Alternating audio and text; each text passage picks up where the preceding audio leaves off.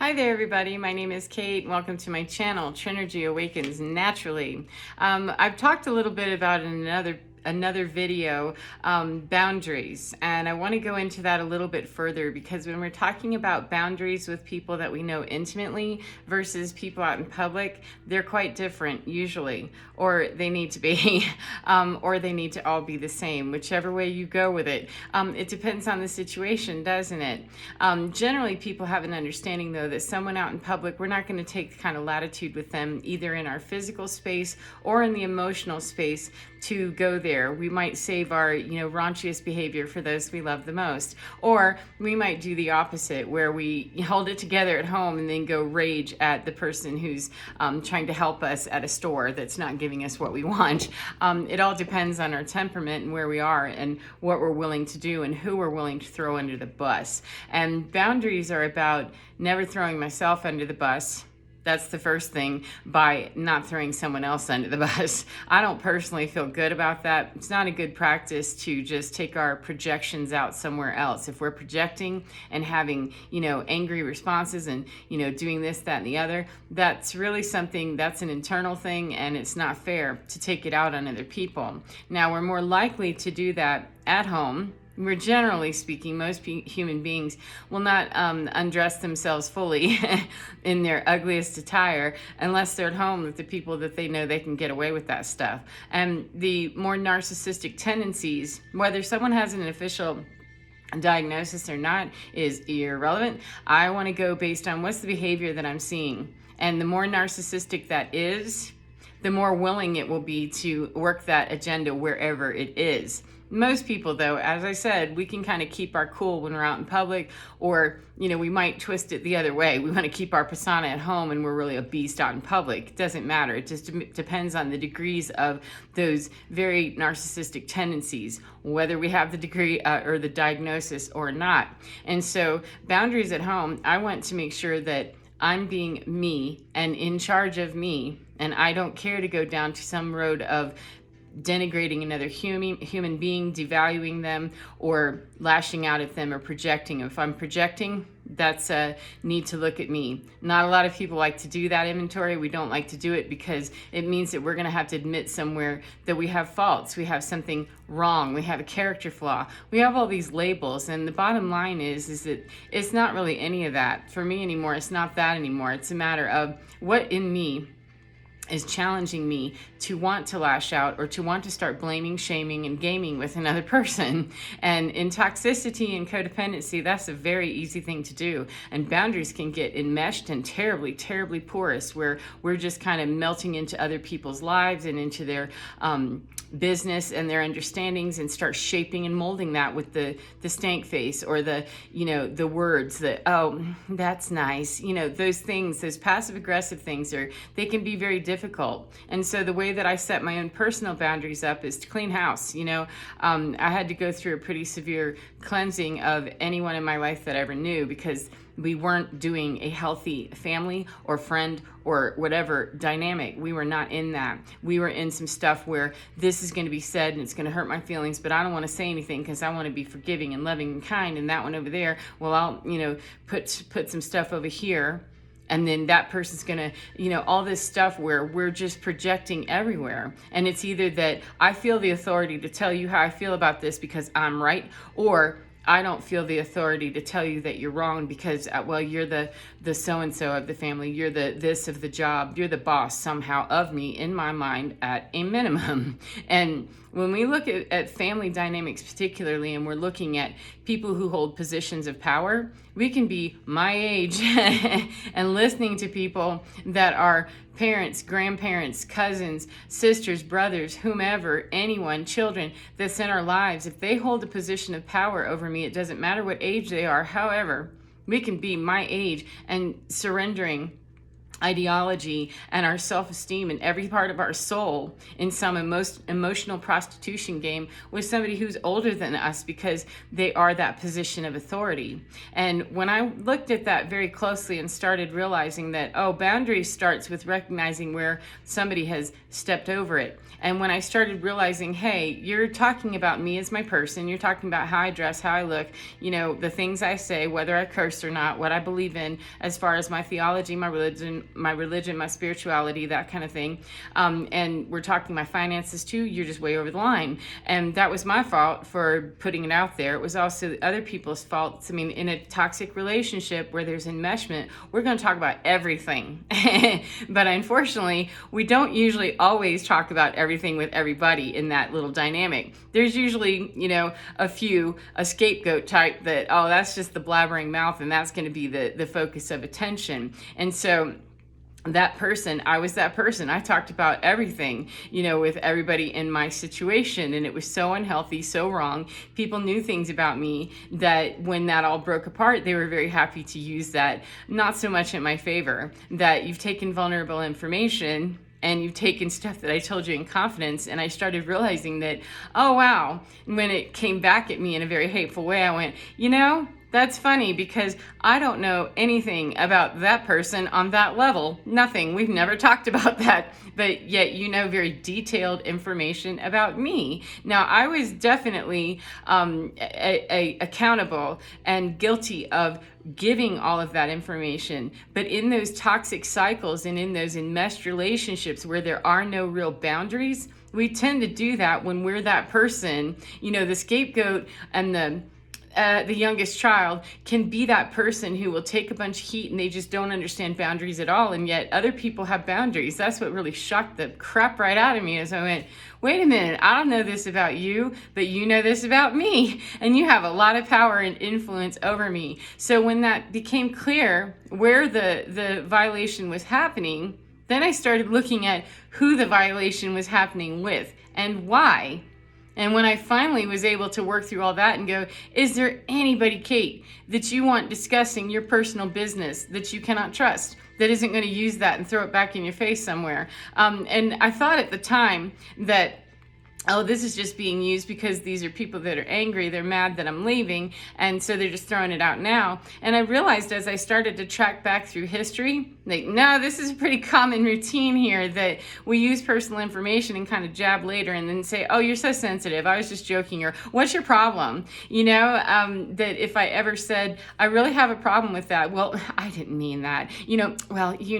There was always a something, always a something that put it back on my lap. And so boundaries were almost impossible for me to understand and get a hold of and establish them until I got very ruthless about, no, I'm not doing any of it. Because if I have to try to heal myself, and I have a huge crack addiction, and I go back and live, in the crack house, I'm probably not going to be very successful. If I just move from the crack house to the trap house, I'm probably not making a lot of progress. So for me personally, I needed to separate entirely, and I kept doing it at the level that people kept introducing themselves, who and what they were to me, and where they were willing to overstep my boundary when I very clearly said, no, please stop that. It didn't. It just kept going. And so I learned the very hard way that though I was raised with no boundaries, I was raised in dysfunction, and I was taught, all of these terrible, ways of dealing and communicating, say everything and, give all the information away and be needy, be clingy, be dependent.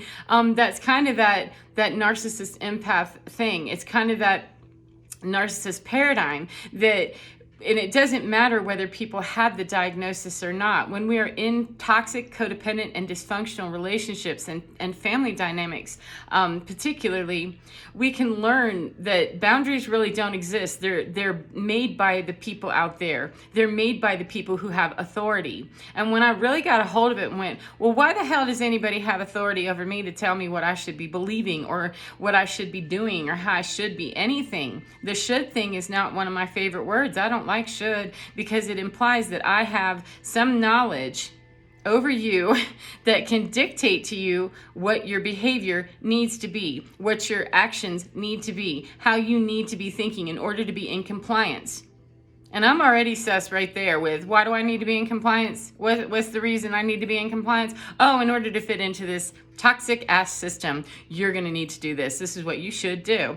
And boy, that came as a smack, because I didn't realize how much over the years I had taken those little insidious microaggressions. And I actually said that to someone that I was working with. It took me about 2 years to completely break away from all of it. Going through a divorce made it easier, okay, well, we're all inflamed and upset, then we're going to get this all cleaned out, cleared out. If I'm doing that, then we're going the hallway, then I'm going to figure out what's wrong with me, that I'm having these communication errors. And it wasn't so much just me. I was the scapegoat and happy to take it, I guess. I mean, I did. And I wasn't happy to take it anymore when I realized that it's not about me, it's about you. There's some truth to that. There's always going to be truth about my part of it. There's always going to be truth about our part of things, if we're going to be honest. And what we really need to understand is I really want to get away from the idea that people say, well, it's 50-50. You have 50% responsibility and that person has 50. No, it's not always that. It's always that I have accountability and responsibility for my part. And my part may not be 50%. It never is. Otherwise, it would be balanced. There wouldn't be a struggle. So wherever it isn't about shaming, blaming, and gaming some more and going, well, you did this and you did that. It's really about establishing the line of, this is going to come into some balance where we're going to learn some respectful boundaries, or it's not, and, time on clock says I'm out, and drop it when it's no longer really progressing anywhere. And people that, they don't want to tap out, they just want to keep on going. I'm not interested. I don't have it. I'm too old and too bored with it all to go at it with people that, I thought we had something more than just this toxic situation. And it came as quite a shock that, I just let people all up into my knickers, up into my bra, everywhere, knowing intimate stuff about me that I'm going to get poked with it later in a huge way. And then look back and say, that's kind of been happening the whole time. That sensitive information got used in very inappropriate ways. And that's the part of the toxic cycle and part of narcissistic type tendencies and dysfunction is that we use things because people are unhealed. They're unwilling to look at their own behavior, and they feel triggered by something. Then they'll project, they'll put it off on somebody else. They won't take responsibility for it. And I'm guilty of that myself. I was very guilty of that myself. However, I was more willing to assume that it was me because that was the role that I was designated and assumed to be, that you're the scapegoat, it is you. And I went into a whole entire lifetime of lifestyle that for 20 years almost, I was routinely in and out of doctor's offices and therapy offices taking tons of medication for my mood. And it wasn't until it just all broke apart that, this isn't so much that it's my mood, because I wouldn't suddenly no longer have 3 or 4 different mental health diagnoses. I suddenly don't have those anymore. And I don't take any medication for mental health. None. I take no medication for mental health or my mood anymore. And so if we're 4 years into that, and coincidentally, I went through a divorce 4 years ago and separated from my whole entire past life, then am I really going to logically be able to conclude that I was cured of bipolar or cured of DID? I think someone tried to tell me that I was DID. I mean, all these things, that's really not true. PTSD, yes. However, I don't carry the diagnosis anymore because I don't take medication for it. And anxiety, I don't carry the diagnosis anymore because I don't take medication for it. And I don't officially have those diagnoses anymore because they don't compromise or ruin my life in any way. And 5-10 years ago, man, I was deep-seated in constantly in and out of mental health facilities because I couldn't cope with the disparity of what was going on and what's wrong with me. And what I really needed was to be taught boundaries of saying no. And I walked away from certain situations a couple of different times on both sides of my family and my ex-husband's family. Walked away and said, no, I'm not doing that. You can stick it. And instead of sticking with that and having the support of my own self, knowing and believing inside of me that this is the right thing to do and I'm not turning around, instead of sticking with that and abiding by that, even though I knew really deeply, I knew that don't do that. I turned around and went back the other way because I didn't want, well, I don't want my kids this, that, and the other. I don't want to, for my ex-husband, I don't want for somebody else to be hurt. I don't want for somebody else. And that really, it came as quite a shock that, well, what do you want for you? And when I started looking at that emotionally, it's about stuff. I could care less about stuff. What I wanted for me was peace and quiet in my own mind, acceptance, and the knowing that I can trust you. And I used to say that a lot, that I feel creepy and I'm not sure I can trust this situation. I don't trust you. Didn't matter who it was. And I got some retort back from significant people of, well, I don't know why you can't trust me. Well, I'm going to think, 4 years later, you're nowhere to be found and ghosted, then I really couldn't trust you. I just wasn't listening to my intuition that was saying, alarm bells, baby, you need to be taking care of yourself emotionally so that when this all breaks apart, you'll be stronger to be able to deal with it. Those systems, they used to work, they really used to work, and they still do for a bunch of people. However, if you notice, the most dysfunctional and toxic cycles in the world are breaking down right in front of our eyes. And so people that don't want to recognize that, they don't want to see their parasitic behavior, they don't want to see their addictive behavior, whatever it is, or their out of balance behavior, their codependency, their issues of needing to control and manipulate. Those are really things that they're very nasty. And when you get brought to the point of, here's your high stress moment, how are you going to hop? And people hop left. That comes as quite a shock, doesn't it? That we go, what was that? I really wasn't expecting that. I kind of always wondered about the flicker in those eyes. It was a little bit frightening. However, I really wasn't expecting it to go that way, because the disparity between, well, you can trust me right up until you can't. I'm loyal right up until I'm not. I'll be here right until I'm not. That really what was being said. The words coming out and the feet underneath were not really consistent. And that comes with, those paradigms where we believe that we have to take and assume a role just because somebody else gave it to us. And emotional boundaries, that's the first thing. I've said it in another video that physical boundaries were the first one. Get out of my space. I don't know. I'm not going to be going anywhere, and I'm not receiving company. There's not going to be any physical dialoguing or communication of any kind. We're going to need to separate this out and not have any face-to-face, none of that, because it brings up too much of the ability instantly to hook into the emotions and triggered me anyway, that what are you doing? I can't, and no way to heal. If somebody's always, picking my scab, hello, that's nasty. Please don't do that. It's my scab. Could you not? And if they're there deliberately just trying to poke or bother or irritate, agitate, because they've had the position of authority in my world, or the world, relative to whomever this may apply to, if we have that going and they've got a position of authority they used to have, and you start telling them, no, don't pick my scab, get away from me with that mess, and you're going to have to leave now, I don't do that, then what you're saying is, it's more important for me to heal than it is to worry about how you feel, that I don't want to participate in your weird little habit. No. And that can really make people angry. It does. I found out that it really pissed people off bad. And that's okay. I don't deliberately go out of my way to poke other people and try to make them angry.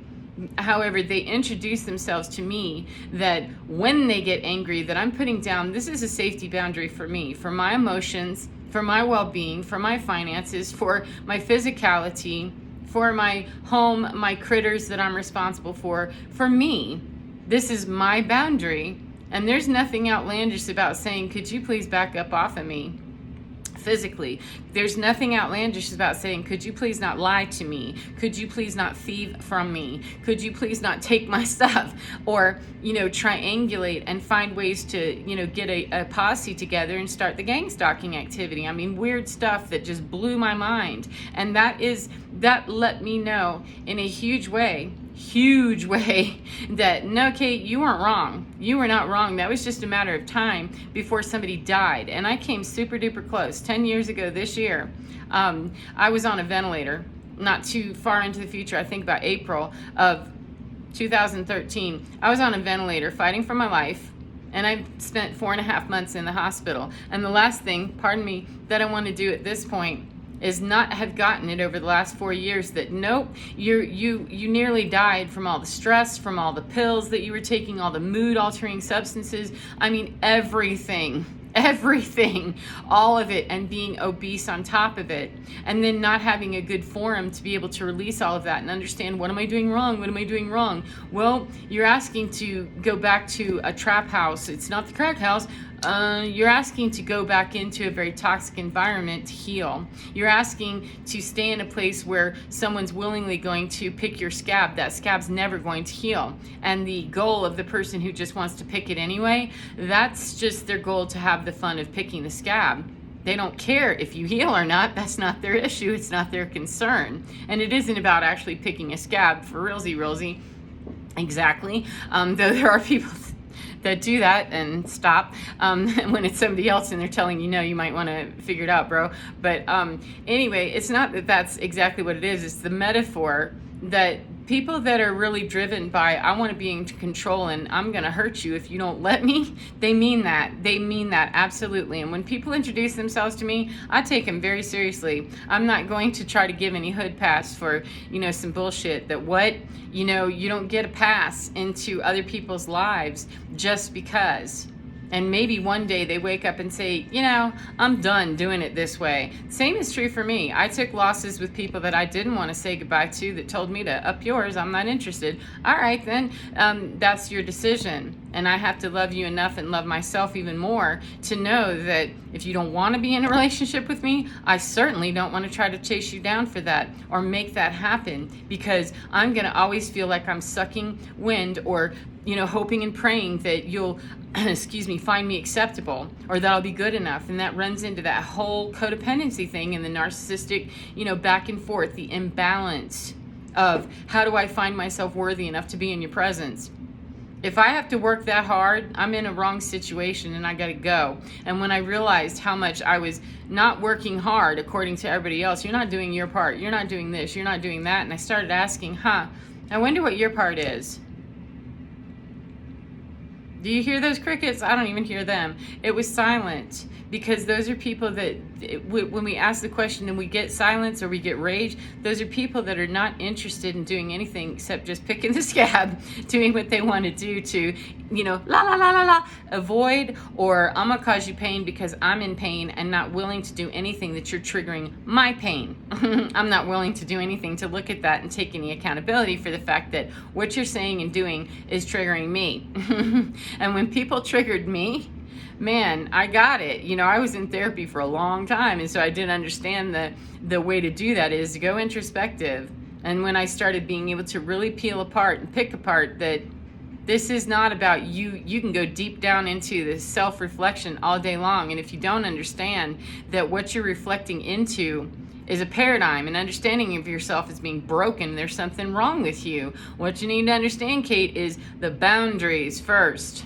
Set those buggers so that there's not constant IEDs going off everywhere in your mind and in your space, where you're fighting off, physical confrontation or verbal confrontation or emotional attack or spiritual whatever. People get funky in the ethers with their stuff, And so if you don't understand, when you're going down in there to do self-reflection, Kate, you have to understand that self-reflection is built on some lies out here that people told you about yourself that really just aren't true. And that's based on their perception of you. What's your perception of you? That one took a minute. That one took a whole long minute, because key people, roles, people that, you're not supposed to anything. You're supposed to survive this. This is the Hunger Games, baby, and you're supposed to survive this.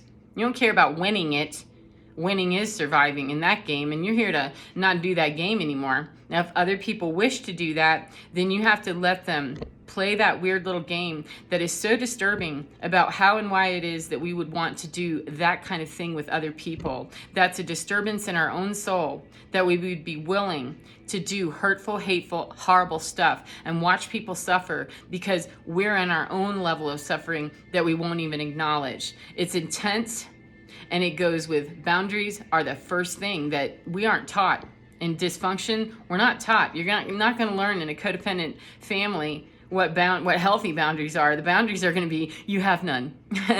You have none, and my wall's right here. You may not come in. I mean, seriously, that's not healthy boundaries. That's a wall and wide open field of dreams that nothing in that was dreamy. It was just a field of toxicity that netted a lot of, if you build it, they will come. Well, I built a lot of dysfunction and a lot came, and I never could quite figure out, how do I get out of this? What is it that I'm doing? And it really would have served me well for somebody to talk to me about emotional boundaries, enmeshment, and how to establish very firm boundaries.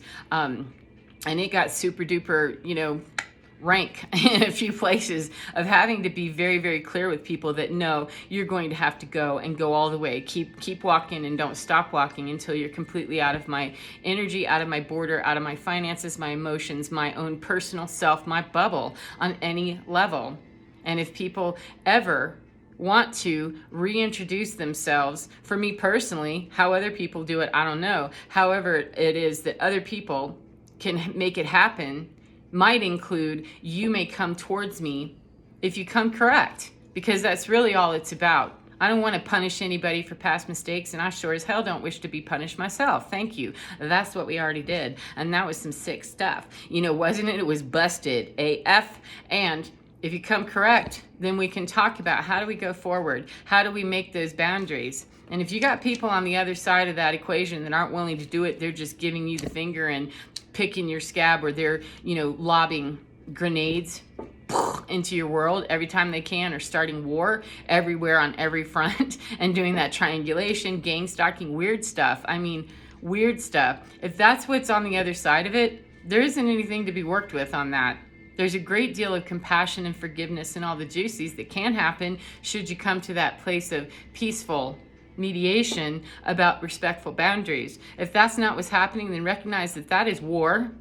And if you want to participate in it, keep going. And 10 years ago, man, I was nearly dead from living that kind of a life of constant conflict and constant warring in my own head with what I should be doing based on what other people are saying that I should be doing and fitting in. And then to find out 10 years later, actually it was only about 5 years later, that you don't fit in. That's the problem, is you aren't gonna fit in.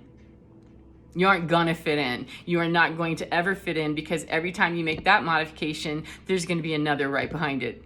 Every time you make this modification, there's going to be another stipulation right behind it. And the minute I started losing weight, getting off the meds, and really finding the clarity and getting through the illusion and the delusion and started speaking up for myself, I found out just what I was playing with, which was a bunch of very porous boundaries that when they locked into firm, no, it was not quite as family-esque, or the dynamic wasn't quite as loving and connected as I had thought it was and was told it was, and was just playing house. And I don't know, playing family and house with people that we're really not invested in that. We're more invested in pretending like there's no problem. I got no problems. I got no issues. It's you, because you're sick. You mentally disturbed. You're challenged. You're this, that, and the other.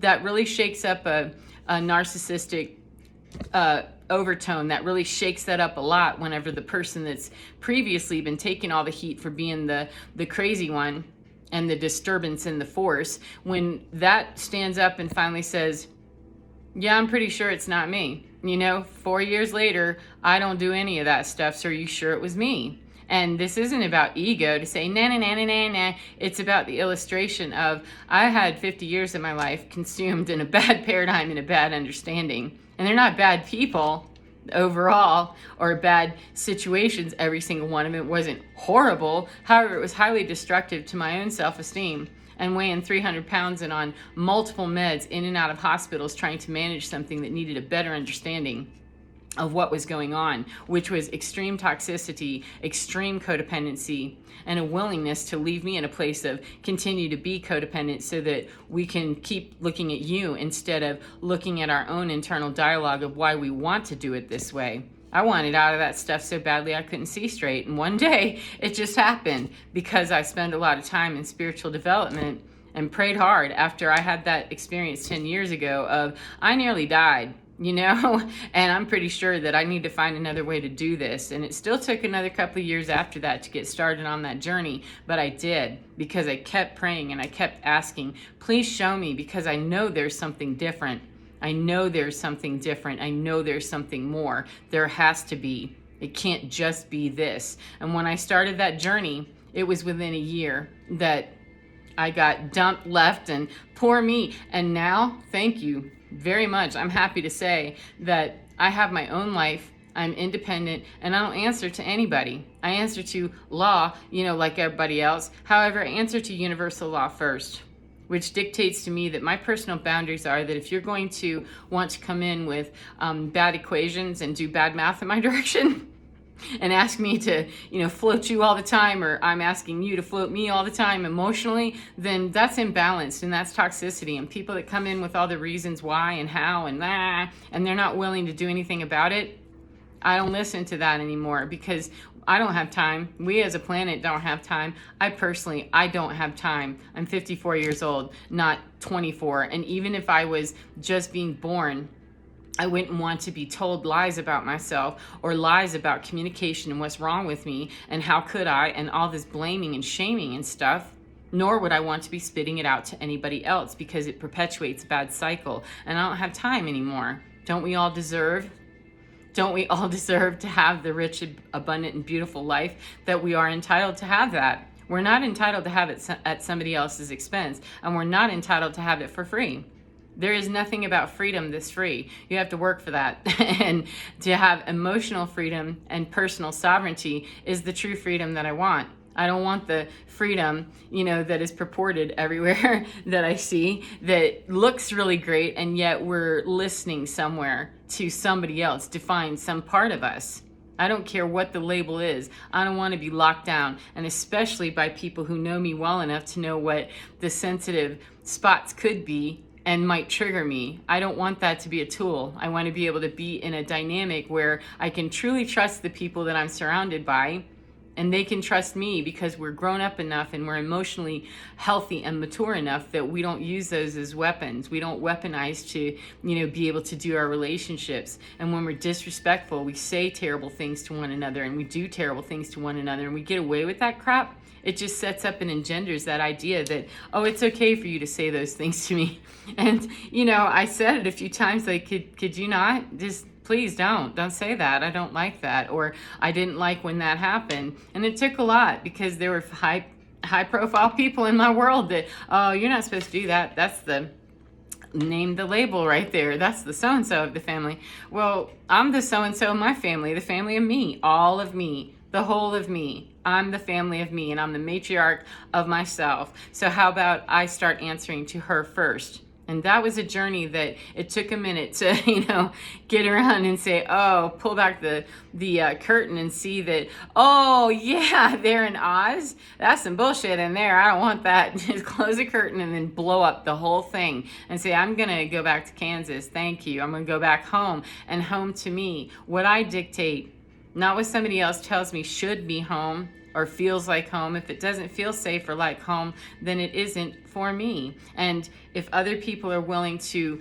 compromise with me, and I'm willing to compromise on things that are worthy to compromise, compromising my integrity, asking me to share your lie, asking me to share your thievery and deceit, that's not a compromise that I'm willing to do anymore. And I'm not willing to, hold lies in my mouth about other people just because I'm mad. That's a lack of integrity in me that would allow me to do that, to not speak the truth. And that's some real next level healing that we're right here pressed and on the butcher block right now to see that we can come together with it and figure it out, or we can keep railing against it. And you see the paradigms are dying. They're absolutely being taken down.